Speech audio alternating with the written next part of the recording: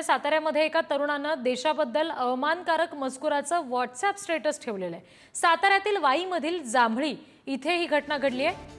शुभम कांबळे या तरुणाला पोलिसांनी बेड्या ठोकल्यात। आरोपी शुभम कांबळे याच्या मित्रानेच वाई पोलीस ठाण्यामध्ये याबाबतची तक्रार दिली असं समजतंय।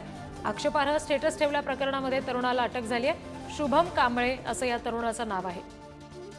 शुभमच्या मित्रांनाच पोलीस स्टेशनमध्ये या सगळ्या संदर्भात आक्षेपार्ह स्टेटस ठेवल्यासंदर्भात तक्रार केली। वाई पोलीस ठाण्यात ही तक्रार करण्यात आली आणि त्यानुसार पोलिसांनी आता शुभमला अटक केलेली आहे।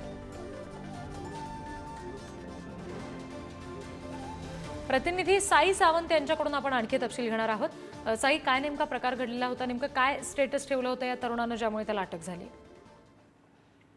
नक्कीच पाकिस्तानचा झेंडा आणि भारत देशाबद्दल अपशब्द अशा प्रकारचा मजकूर त्यानं व्हॉट्सअप स्टेटसला ठेवला होता। त्यामुळं त्या युवकाला देखील आता अटक करण्यात आलेली आहे। साताऱ्यातील वाईमधील जांभळी गावातील घटना आहे।